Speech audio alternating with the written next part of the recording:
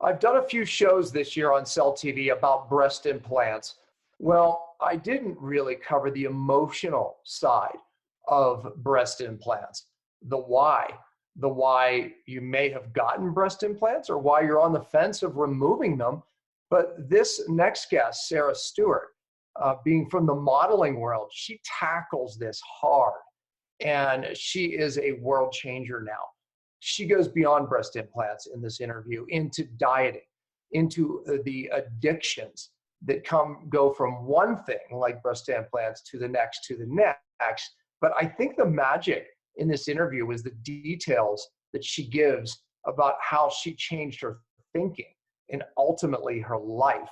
So huge solution, because I know so many of you are battling this out there watching this. We get the emails. We have some great solutions to offer on this show. Stay tuned.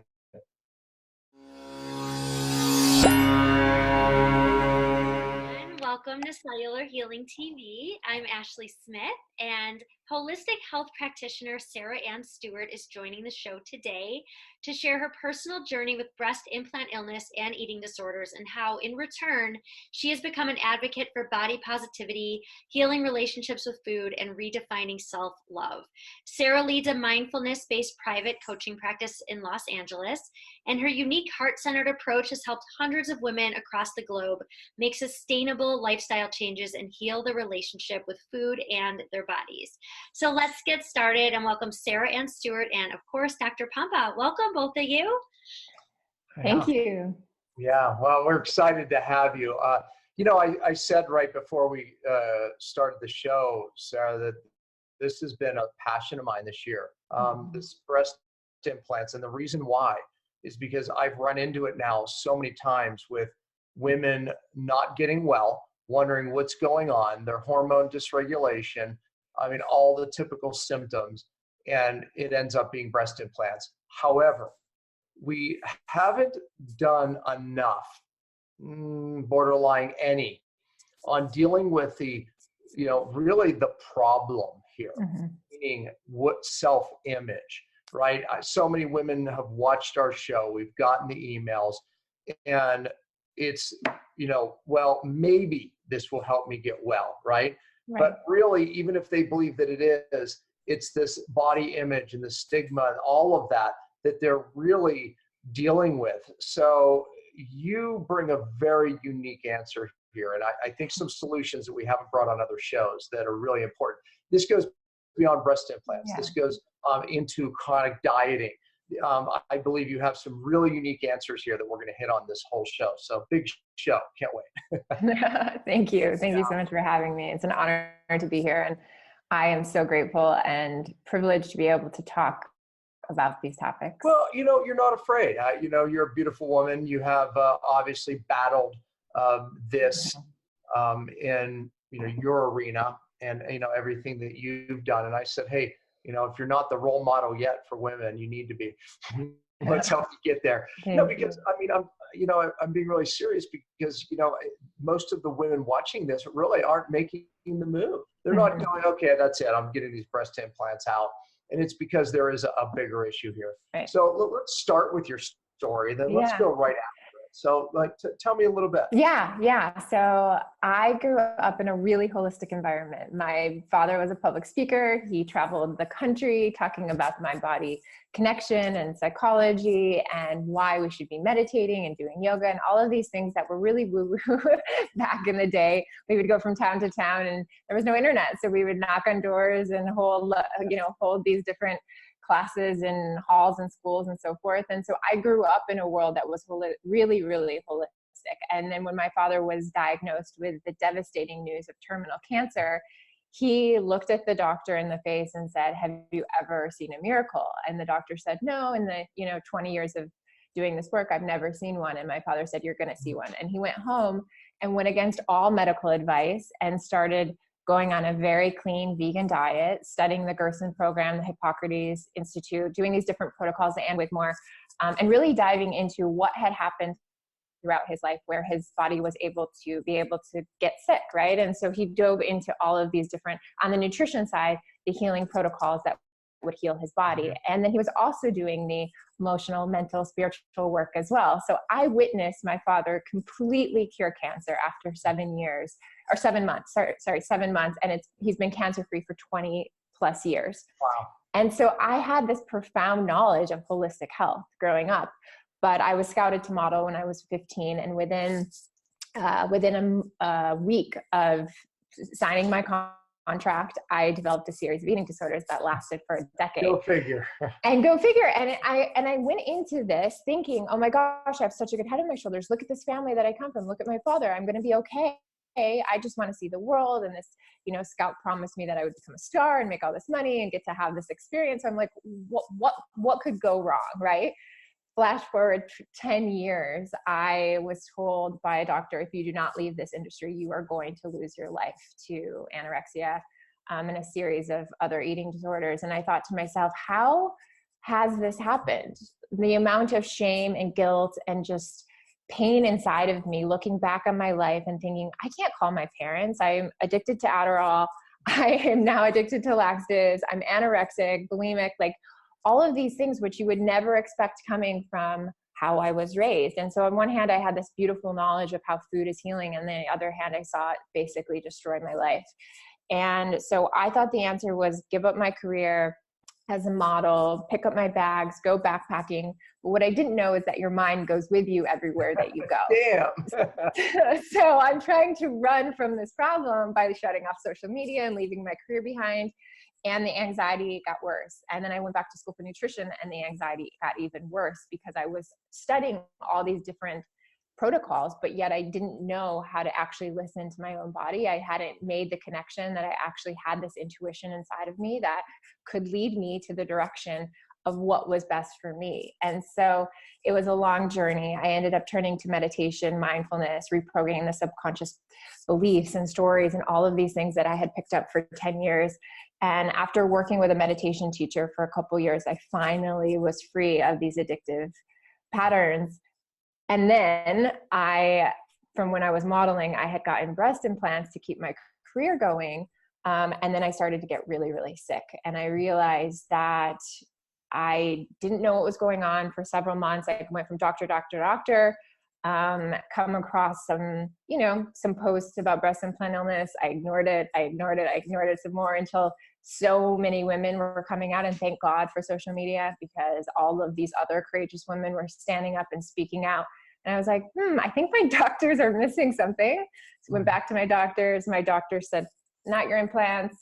Went to some other doctor, and then finally found a doctor who was finally like, yeah, you should really get those out. It's really important. And then I finally listened, and then all my symptoms went away.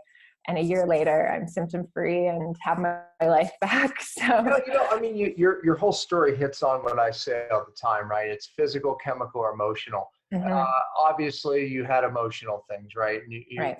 pointed out you had to change your thinking, you had to change your mind, which then changed your patterns, et cetera, et cetera. If you didn't do that first, I don't know if you'd had the guts being a model, at least, that was your career at one point, right. to do that, because again, there's a lot of women watching this who aren't models. It's not their image, and yet, or their identity, and yet they're still struggling because, they think that's what makes them beautiful or attractive to a man or their husband or boyfriend, whatever it is.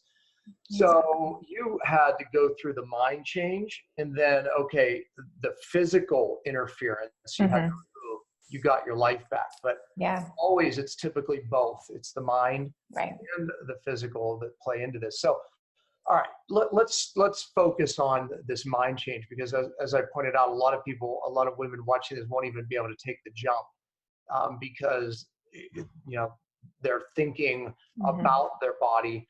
Their image is too much for them to bear, this identity and, so help them. I mean, I don't even know where to start, but I don't want to leave men in the dust here either, because ultimately it's a mind shift of the way we think is, our paradigm, how we view our world, how our world becomes around us. Yeah, totally. Whatever illness you're dealing with or whatever struggle, what you learned is what everybody watching and listening to needs to learn. So let's start there. Yeah. So I want to start with wherever you are. I hold so much compassion and love for that space, because I talk about self-love, self-worth, self-esteem all day long with my clients. And the moment that I made the decision to get my implants out, I went into tons of self-doubt, worry, concern, fears, all the emotions that you can expect from changing your physical body and having something that you had inside of you for 9+ years. And then all of a sudden you're going to wake up from a surgery and look very, very different. So I want to just first address that, like, all of those emotions are very real and they're okay to have, and suppressing them. I think a lot of times what I see is that we will feel them and then we'll use food or other addictions to suppress the emotion that we're feeling versus just dealing with the emotion and confronting it and being okay with it and moving through it. I think that's the first part that's really important, is just to identify that it is okay and perfectly normal to have these feelings. I think it's also really important to look at, for me specifically, my environment, who was around and who was influencing my decision to take my implants out. And so I can say this with so much love. Again, you are the only person that should be determining what you're doing with your body. That's it. Like that's like my number one thing I tell all the girls I have hundreds of girls reach out to me now all day long. It's mind blowing to me what's happening with explants and what's happening culturally with this whole movement. And I'm always like, your husband, your partner, your relation, whatever relationship you're in should not be impacting your decision. And only you know in your heart what the best decision is for you. And what broke my heart was when I started to share my story about getting my implants out. They were like, well, what is your husband going to think? And I was like, I haven't thought about that yet. Like what is he going to think? And I went into all of this, like, almost depression and sadness. And I was like, what if he's not happy? What if it changes our sex life? What if it changes our intimacy? What if it changes our relationship? What if he isn't happy?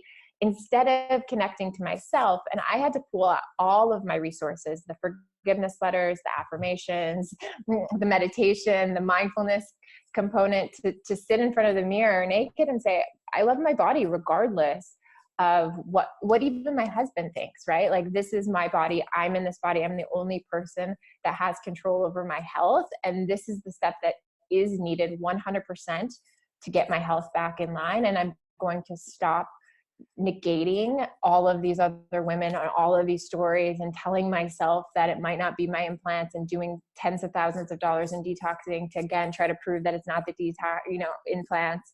Yeah. And I think that that's what so many women are doing.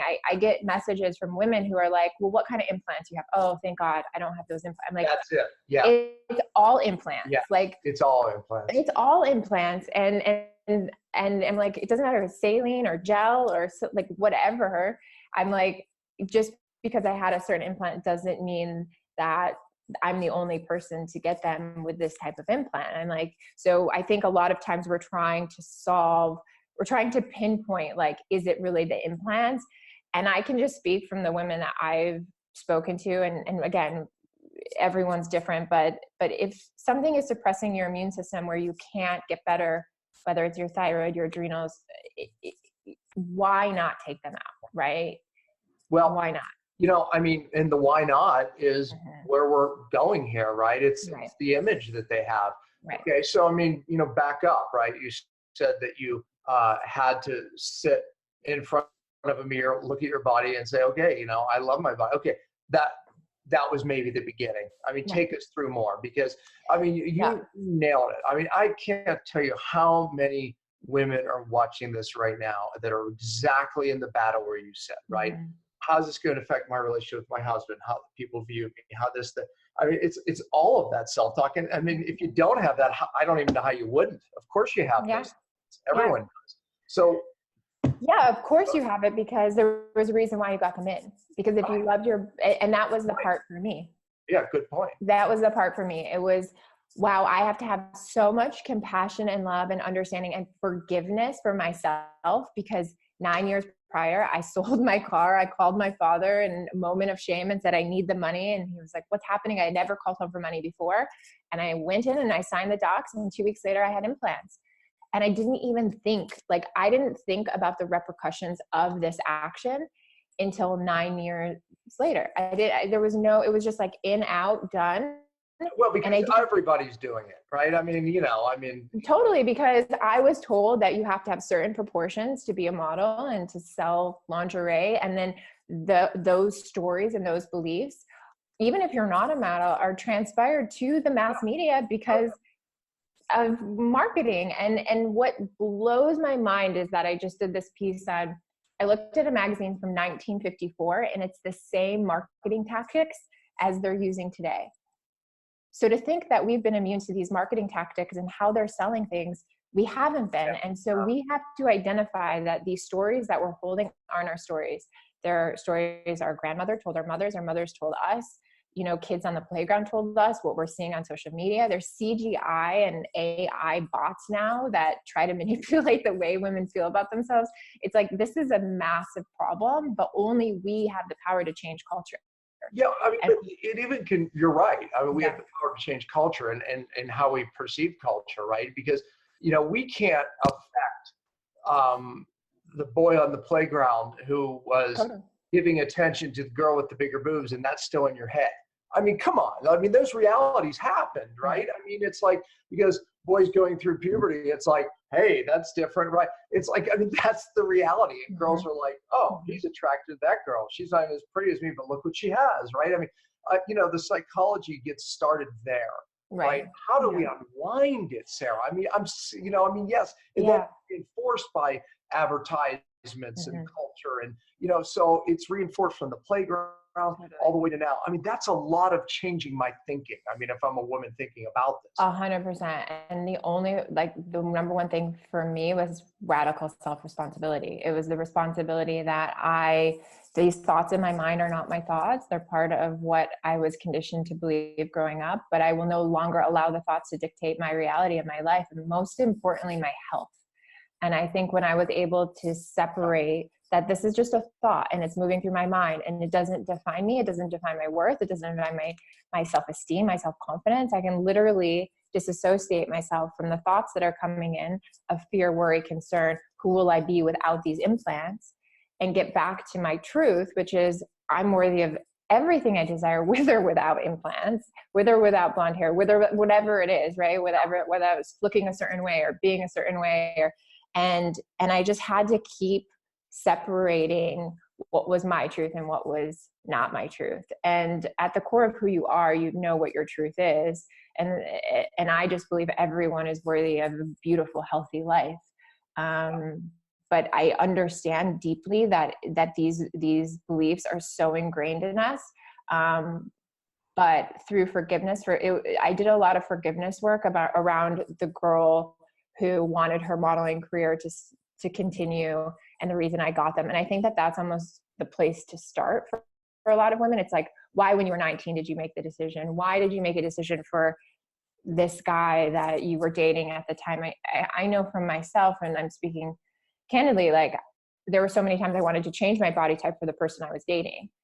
And that's just, again, part of our culture. And I had to keep going back to, wow, I'm in a relationship now where that's not needed, and I would, never expect that from my husband to ask of anything like that from me. I mean, the reality is, it's funny. We were just at dinner this week with a friend of mine, right? And four of us sitting around the table, and I don't even remember how the subject came up, but him or I, big boobs, doesn't do it for us, right? Mm-hmm. So I'm stating that to show you that it's not a reality that every guy, right? Because in fact, it's probably split the same as, some guys like long hair, short hair, dark hair, light hair. I mean, that's the point, mm-hmm. is that, you are what you are, it's like, and I promise you, there's guys out there that like you exactly the way you are, perfect. They would look at you and say, oh my gosh, perfection. So what are you trying to be for who is really what the question is. Mm-hmm. Are you trying to gain, if 25% of the men like bigger boobs, you're trying to be in that 25%? Why? Mm-hmm. So, okay. No, you're very big into, obviously meditation. I mean, even to the point where it's like, hey, believe it or not, you can meditate and stay lean, lose fat. We'll get there in a minute. Mm-hmm. But your meditation must have been a big part of how you changed your thinking into the new thinking of, hey, this is me and it's great. Yeah, I think it's just, I think what meditation does is it quiets the external. It gets you back to yourself. It gets you back to your truth. It gets you back to the place where you can connect with your heart and say, I've been suffering for 2 years trying to figure this out, and no longer will I allow myself, like this was my truth, and no longer will I allow myself to continue to suffer and risk my health for years to come for vanity, for ego, for how I look. Like it took a long time of sitting and quieting my mind and shutting out the noise and all the voices and all the people and all the opinions and even all the doctors' opinions. I had so many different doctors telling me it is your implants, it's not your implant. You know, it was like, at a certain point, I got to the point where I was like, 10 doctors have told me it's not. And then this one doctor is saying it is, and like weighing yes or no. And finally I just was like, I have to listen to the voice inside of me that knows it's my implants, that has the courage to get them out, that, you know, forgives my 20-year-old self that did this back in the day. And I'm moving forward with my life in a healthy place. Because the thing is, if we don't do the inner work now, it's going to, the consequence is lifelong. Like your body's always going to be changing, you know, through pregnancy, through aging, through hormones, through all of these things, right, that we see. And I think we're at a place holistically and with food where we definitely have anti-aging hacks and we can definitely take care of ourselves, but your body is going to change. And so why not fall in love with your body right now as it is, so that as your body changes, you can continue to love it and appreciate it and have gratitude for the body that gets you through life and allows you to have all these experiences. Yeah. Yeah. I mean, look, I mean, I'm hoping this is the, you know, we're being forced to, as a society, to understand that this mindset that's being forced upon us with food, as well as body image, I mean, all of it is, we've got to break it. How many women, you know, you were in the industry, but I mean, you also live in a place where it's just abundant boob jobs, right? I mean, you know, you've seen how many getting sick, or at least they have a lot of symptoms that they're probably not associating with their breast. But what do you think? I mean, because this is going to come to a head with autoimmune and everything that we know it causes. I'm hearing a lot of women come out, and even a lot of women in my community, my friends, that are, I didn't realize it wasn't normal to wake up with brain fog. My memory is going, and I didn't even think about the fact that it could be like, there's these subtle sort of symptoms that are creeping up on them. Or, I realize I'm having joint pain. I'm having pain in my arms. I realize I'm having acne at 30. I can't get rid of it. I don't know what's happening. I realize I've had a rash for a year. And I'm like, those are not normal symptoms. Like something is happening. And so I think that as we all have the courage to communicate and talk about this problem, more and more and more women are noticing that the symptoms that they are deeming just getting older, or they're saying that, I just thought it was my IUD, or these other things, right? That potentially could be causing problems as well. But they're starting to wake up that the implants could be causing these symptoms, and that it's not normal to have migraines. It's not normal not at all. To be chronically exhausted, where you have to sleep every day. I mean, I've been hearing these things from women, and I'm like, it's just mind blowing to me. Yeah, no, I couldn't agree more. That's why I wanted you to say exactly what you said, because those little symptoms are the oil light going on in the car, going, something's wrong. You can cut the wire, put tape over it, but something's wrong. And if you have breast implants, pay attention. That's what happened to me. I was like numbing the problem. So it's interesting. So as we use food or other things to suppress our emotions, we can also use glutathione injections, ozone treatments, supplements, you know, all these different protocols to suppress the actual thing that our body's trying to speak to us through, which is our symptoms. And so I was suppressing my symptoms and saying, I'm okay because I can get out of bed. Well, I was only okay with 3 cups of coffee and getting the ozone and getting the glutathione and getting my IVs every week. And finally my doctor was like, you can keep covering up the problem, or you can walk across the street and go get your implants out. And I'm like, yeah, exactly. And I know this stuff. I'm in holistic health, but yet we think we can mitigate and get through life. But why do you want to get through life? I don't want to get through life. I want to thrive. And absolutely. You know, I'm a guy who talks cause all day long. You know, it's whether it's, if you still have silver fillings in your mouth that contain 50% mercury, you're not immune to mercury. It's going in your brain. I feel fine now, No. Maybe Yeah. you do. Maybe that morning brain fog, or the fact you need 3 cups of coffee to survive. Maybe you're not so fine. Because if you'd asked me the week before I got sick, if I was healthy, healthiest guy I know. Week later, phew, my bucket overflowed, right? You'd have said the same thing before your stuff started, right? How many kids today are on Adderall? You mentioned Adderall. My kids tell me, Dad, this is a big problem. They're using Adderall to take tests, to function. They buy it cheaply at school from probably kids who have prescriptions, who knows? And then they're using marijuana to bring it down on the other side. I mean, is this a trend that my kids are just making up, or is it real? Yeah. I mean, I know from my experience, I became very addicted to it while I was modeling, for the weight loss component of it, which is so sad for me to even look back. And the consequence of even just Adderall withdrawal, like why I look at like what I put my body through. And I think that's something else that if you were to take yourself and just look down on your life and just see what behavior and how you're treating your body on a daily basis, like, would you be proud of that person and how they're taking care of your body? And so when I look back on my life, I had for a long time, I had so much shame around how I took care of I was, multiple laxatives every single day, multiple Adderall pills, barely eating. I'm like, how was I so destructive to my body, and what kind of mindset created that? And I'm like a person who really didn't love themselves.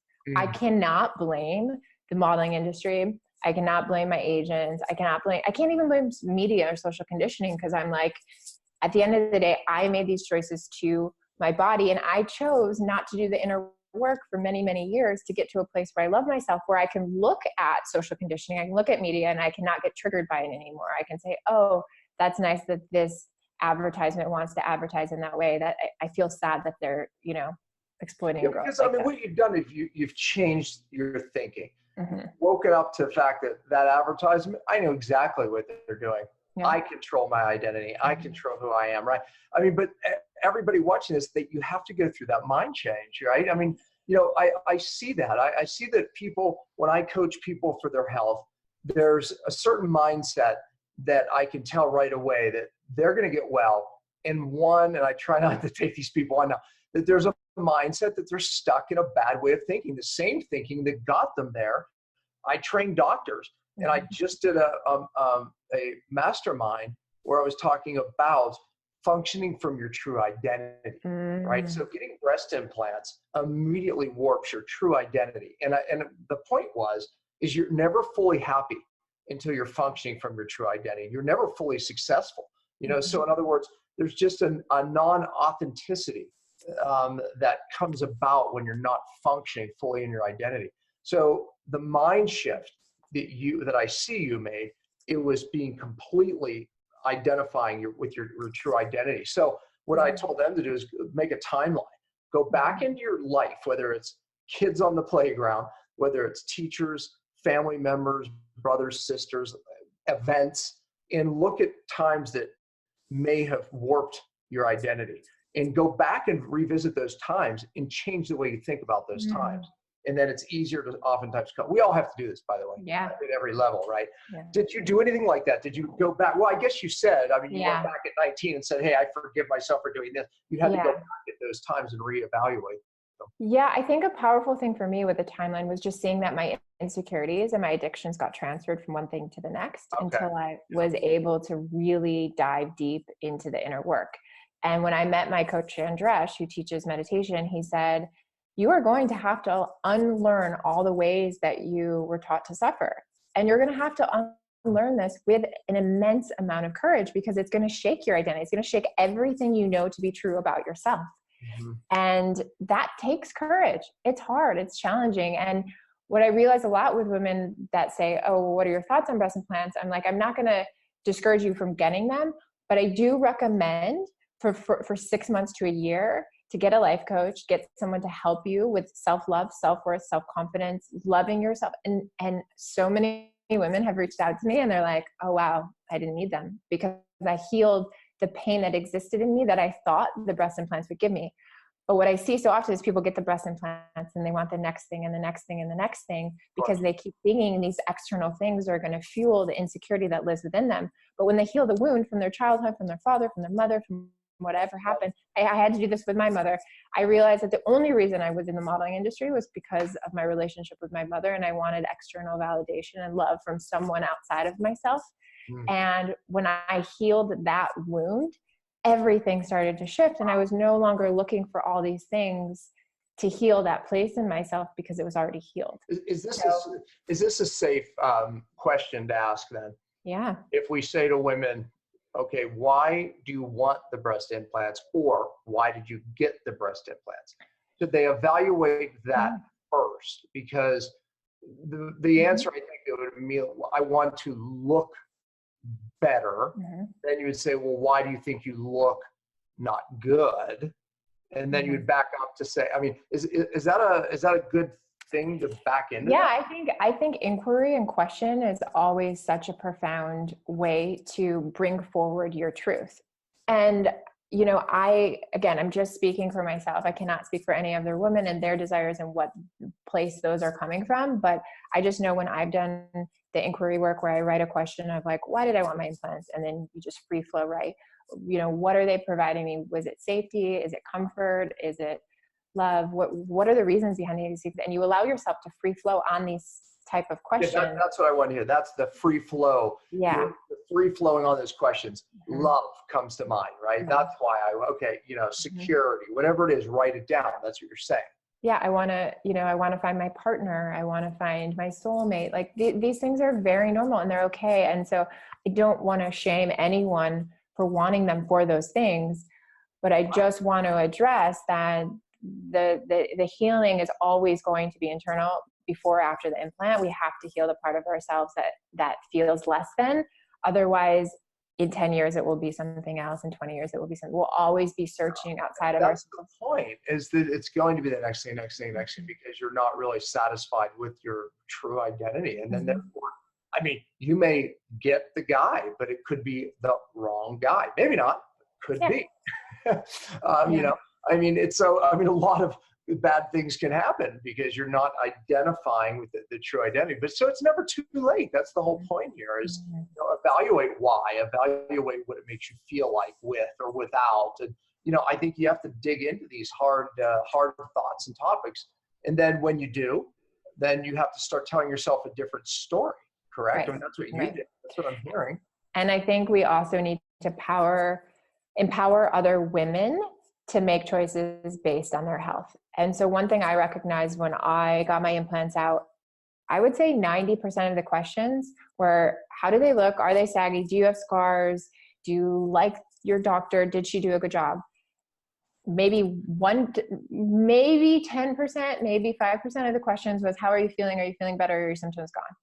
Like you know, and I'm just realizing based on how we empower one another from woman to woman, it's like, I'm very careful now. I'm very cautious that when I talk to women, it's like, oh, are you feeling better? Are you more alive? Do you have your energy back? Because these are the things that matter, not if I have a scar. What matters is my health. And yet our minds are just completely reversed, and that's no one's fault. It's just how we're taught. But if we empowered each other to say, wow, I support you 100% to get your health back. I support you to feel alive with your kids. I want you to live a long time because we're close, and I want to be friends with you to the end, you know, till we're old. It's like those sort of things. I think we can start to empower each other and change culture. Here's the problem. Teenagers, you know, I mean, maybe 20s as well. The value is being attractive. The value is looking a certain way, having friends, right? I watch my teenagers go, oh my God, the greatest value, or I should say the greatest fear is like, you know, not being accepted, right? I mean, so, you know, they don't think about health as a value until it's not there, right? I mean, when I was sick, if you'd have told me to take my ears off, I would have taken my ears off to feel good again, right? I mean, it's 100%. Like I'd walked around without ears and been like, yeah, I took those off and now I feel good again. You know, it's like, I mean, the point is my values change, right? Your values change very rapidly. You know, I interviewed a gentleman born without legs, and amazing guy. His name's Sean. And I'll tell you what, he talked about a scenario where he was in a room with women who were struggling with weight loss and diet and failures, right? And for a moment, they forgot who they were in front of because they were making all these excuses, reasons why they would, not following a diet, da, da, da, da. And the one woman heard herself at one point and she stopped. He said, visibly, she kind of like looked down, just realized who she was in front of. And she said, I should just probably stop talking now. My point of even telling that story is his point was, it's all mindset, right? It's all mindset, right? I mean, he had no excuses. It's like his identity. I asked him the question, did you go through one day ever feeling sorry for yourself because you didn't have legs? He's like, oh my God, no way. It's like, this has made me who I am. This gives me the platform. It's his mindset. Or the opposite could have been true. It's like, I went through 20 years of misery feeling sorry for myself. He never went through that, So, I mean, the point is that, if you have legs, right? He didn't. And he's the world changer. My gosh, this guy, amazing marriage, amazing relationships, changing the world, mindset, legs, boobs, hair, ear.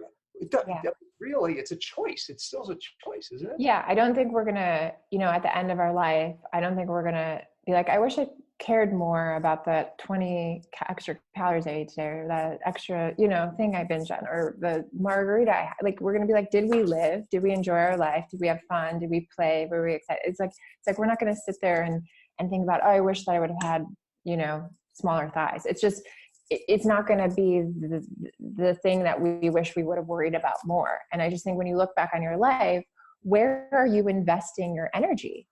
And it's a conscious choice. It's like, I'm not going to drive my energy towards, trendy diets, newest fads, all these things that just keep me in the cycle, the habitual cycle, but I'm going to focus on sustainability, prevention, health, well-being, the things that are going to actually bring me joy, happiness, the things that impact my cognitive health. It's painful.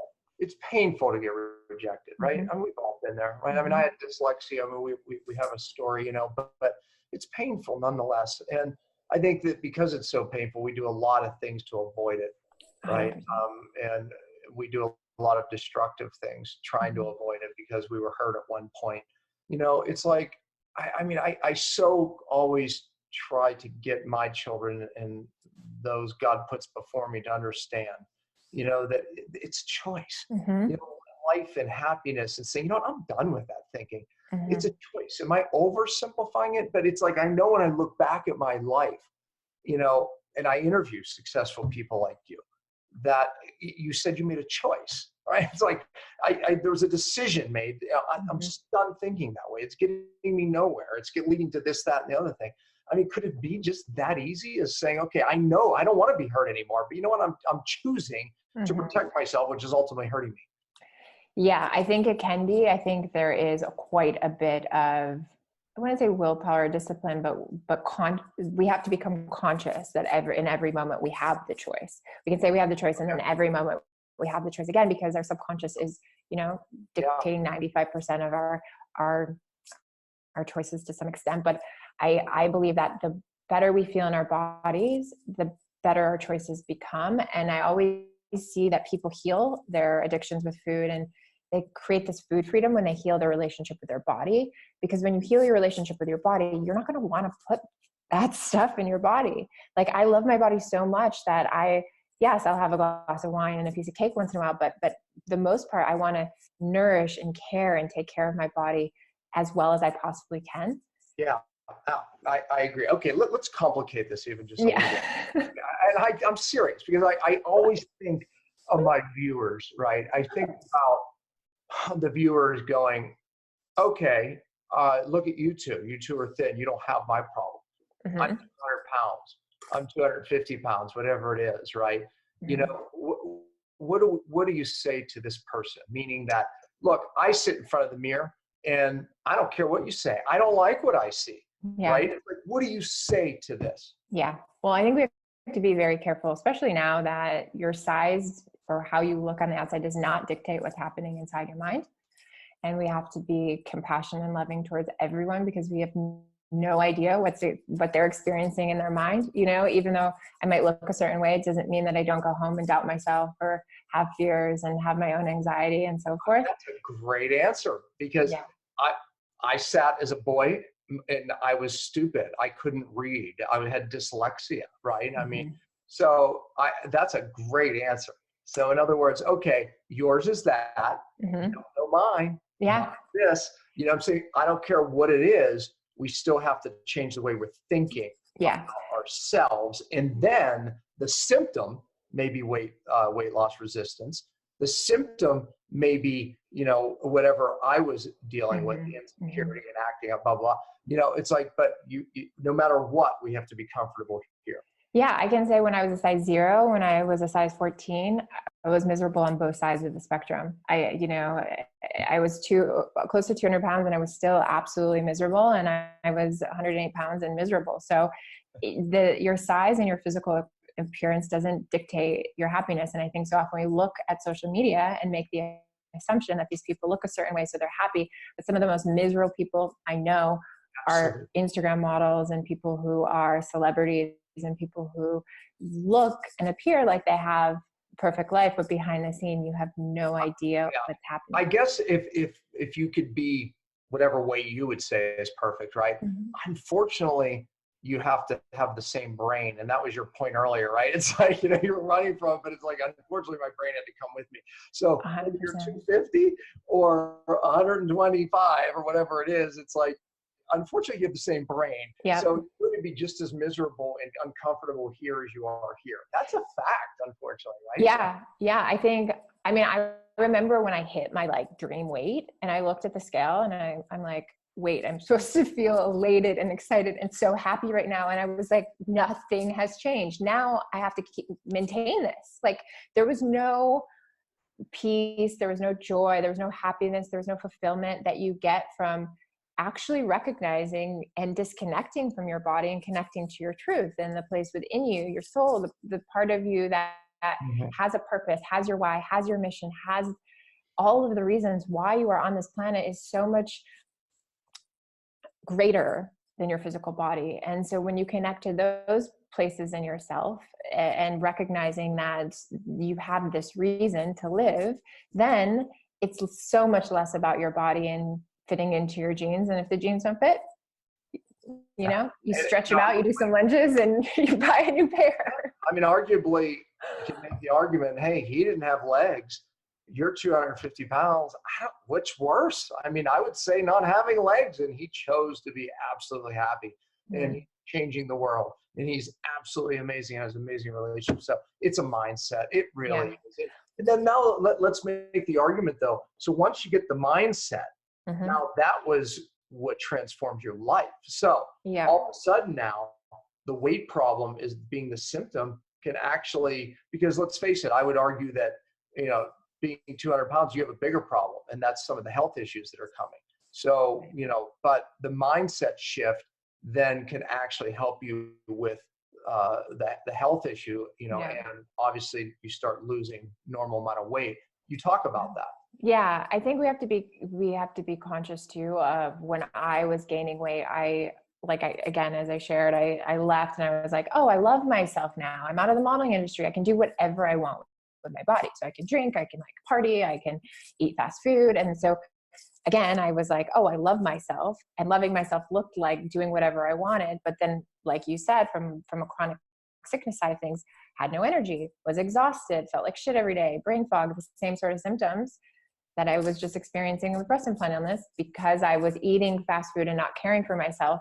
And so it was almost more sabotage and self-love. And I think right now, culturally, we're in an interesting time where a lot of talk and conversation is, well, I love myself, so just do whatever you want. And I always argue that that's not real self-love. Self-love is caring for your body exactly as it is right now, loving yourself exactly as it is, and holding the vision that you want to have a healthier mindset. You want to have a healthier body. You want to continue on this sustainable life path to remaining healthy. And so I think that's a very different mindset than I'm going to do whatever I want. And that's the trap that I got stuck in. And that's the trap that I see so often other women get stuck into. And they come to me and they're like, well, I heard online I can just do whatever I want. So I'm drinking diet soda and eating pizza all night. And I'm like, is that going to help you sustain your why? The reason why you're on this planet, why you want to be here, why you want to live, and the impact you want to create? And the answer is always no. And that doesn't mean don't go enjoy a beer or have a pizza. You know, I love pizza as well, but it's like, it's recognizing, am I choosing and making decisions because I deeply love myself and my body, or am I choosing them because I am using self-love as a way to, again, suppress the work that it really needs to be done? Yeah, because you're really, when you do that, you're functioning outside your true identity, right? You know, self-destruction is not part of your true identity. You know, I believe in all of our true identity is, you know, gifts that God gives us, an ability to make a difference and have a purpose and a promise for that. And, you know, when you're living that life that you described, you're outside of your identity again. You know, there's no way that's going to lead you to that promise, you know? Wow. So, you know, one final thought, in the sense that, you know, meditation, you connect even to being able to be a healthy weight loss, healthy instead of being addicted to foods or diets, bounding back and forth. Make that connection for our viewers. Yeah. So when I decided to study more nutrition, and I went back to school, and I thought, okay, well, I'm going to switch careers. And the answer to my health problems is to know more information. And I think so often we think this, right? Like we go online and we're researching, and we're trying to get all the information, which is absolutely great. It's great that there's all this access to information. And right before this call, we were joking. We were like, there's so much information out there now. There's no excuse to not find it, right? But for me specifically, it gave me more anxiety, to the point where I was like, well, now I don't know what to do because I have all these different expert opinions, and I'm more confused. And so going back to meditation, which we're now seeing is one of the most profound things for weight loss. And people think, okay, well, how can sitting doing nothing help me lose weight? Well, it indirectly helps you lose weight because it changes the neural pathways in your brain, which then allow you to indirectly make different decisions. And so when you're meditating, you're actually reprogramming the part of your brain that doesn't love yourself. You're impacting the part of yourself that maybe feels lonely at night when you come home and the first thing you reach for is food. You're reprogramming the part of yourself that can have more compassion for yourself. It's helping improve your sleep, which then gives you more energy through the day. So you're not reaching for, you know, the soda in the afternoon. It helps you become present so you can become mindful while you're eating. It does so many things that indirectly impact our health and wellness choices, that it almost is, for me and my clients, it's like a non-negotiable. I always am like, this is the one thing I always recommend. And of course, if they don't want to start with it, I completely understand, because it does take a lot of courage to sit with yourself and confront your own thoughts. And it's not about clearing your thoughts. It's just about recognizing, oh, that's not my thought. I'm going to allow it to move through me and not allow it to impact my decisions and my actions. So how much of this do you do in a day? When do you do it in a day? And give us very specifics on how to do it. Yeah. So I work with a coach and a meditation teacher from India that I've been traveling with and doing a lot of work with for several years. So my specific practice is 20 minutes in the morning and 20 minutes at night, non-negotiable, sometimes more. And I do mantra meditation, in which he gives me a mantra, and then based on where I am in my life, I'm using that mantra to repeat over and over again. But to start, it can be as simple as 2 minutes, like literally 2 minutes, just sitting, quieting your mind, holding your heart, and just breathing. I think we forget to breathe. We don't even know how to breathe anymore. We're breathing from a state of fight or flight instead of rest and digest. And so I'm always like, if you can even just connect to your breath for a few minutes so that you can make the conscious decision. So in the moment of an experience where you're like, oh, I shouldn't be walking to the fridge at 12 o'clock at night. Why am I doing that? Take a moment to sit, breathe, connect to your heart. What am I trying to suppress in this moment? And I think if you can consciously become aware of the emotions you're trying to suppress, you can heal the emotion and recognize that you can do something else to shift that emotion. Another type of meditation I really love is like a walking meditation, where you just, when people are triggered to go eat food, I'm like, well, why don't we do something else, like walk and just say, let go as you walk, let go with every foot. You know, you could do walking meditation, you can get a visualization meditation. I don't think there's a right or wrong. One of my best friends, Dina Kaplan, she runs the Path. She says like every type of meditation rewires a different part of your brain, and you really have to figure out what works best for you. And so I just say, have the courage to just start, and don't be scared of your thoughts, because your thoughts, again, aren't yours. Just because you have a thought doesn't make you a bad person. It makes you human. And once you allow yourself to be able to let go of the thought, you no longer will be acting from a place of the thought that surfaces that then creates the emotion and then the behavior. Yeah. So if you just sat there for 20 minutes and have the choice to throw out the bad thoughts, yeah, keep that one, bad thought, keep that one, keep that, a point. It's going to work. It really is. And then, like you said, breathe deeply. I heard like basically a 5-second inhale, 5-second outhale puts us in that parasympathetic state. Science is all over this. I mean, you know, you can change your gut, you can change your cortisol, you can change all of those things affect your hormones. And as I always say, folks, the big problem with weight loss resistance and why people get it's hormones. You know, so ultimately, what are we doing about it? Your thoughts, man. We have control over them. That's great. Yeah, I've seen people do nothing different and just meditate, and they lose weight. It's mind blowing to me. Yeah. I mean, there's been studies done on that. I mean, literally do nothing different. Change our thoughts. I always bring up the biology of belief. Yes. One of the science, right? And I've interviewed Bruce Lipton a couple times, and you know, our thoughts change our cells, change the proteins we make, which is ultimately changing you. You become a new you when you change your thoughts. It's scientifically proven. 20 minutes a day. I challenge you all to do it. Right? Yeah, that would be the best if you can start with 20 minutes. Just think positively about yourself. Put your, you know, what is your true identity? Throw away bad thoughts, right? Yeah, visualize what it would look like for you to have. One of my favorite exercises is starting the morning and just visualizing your day, making healthy choices throughout the day, because your body can't recognize what is true, like what is in your mind, and you're visualizing and what's actually happening. Right. So if you can start setting yourself up to have these incredible days from start to finish where you're seamlessly making the healthiest choices, how amazing. You'll create that day. I mean, your subconscious literally is that strong and that powerful. You know, I mean, it's been said for healing, you know, if you just visualize yourself healing, the energy coming from your brain, which has the ability to heal, folks, down your body to that spot, you know, just regenerating that spot, you know, visualize yourself, you know, bouncing on the knee that you hurt, you know, whatever it is, without migraine headaches, sleeping through the night. I mean, visualize what maybe right now your brain thinks is impossible because it's tied somehow to your false identity.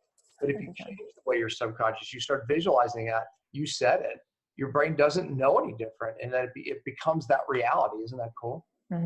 So great. So exciting. The research we have and what we know is it's so amazing to be alive now. It's a good time. For many, many reasons, right? And I choose to think it's the best time to live ever. You know, so Sarah, thank you so much for sharing your story. And it's an amazing story. And you know what? I know this, you empowered a lot of people today, including women that were on the fence about getting breast implants. And I know you trained a lot of people on how to think better. So thank you for being on Self. Thank you so much for having me. Promote your gift that you sent. Yeah, so I have a free giveaway. It's called the Awesome Inside Out Packet. And it's, you can just go to sarahannstewart.com/free and grab it there. It's 21 days to help shift your mindset around dieting and let go of dieting. And included in that is a meditation. So if you want to get started on the meditation journey, that's an easy way to get started. Yeah. Well, take advantage of that gift because that's awesome. You're the poster child for it. You've done it. So if you did it, I want to know more about it. Thanks, Sarah. Thank you so much. Well, that's it for this week. We hope you enjoyed today's episode. This episode was brought to you by Cyto Detox. Please check it out at buycytonow.com. We'll be back next week and every Friday at 10 a.m. Eastern. We truly appreciate your support. You can always find us at cellularhealing.tv, and please remember to spread the love by liking, subscribing, giving an iTunes review, and sharing the show with anyone you think may benefit from the information heard here. And as always, thanks for listening.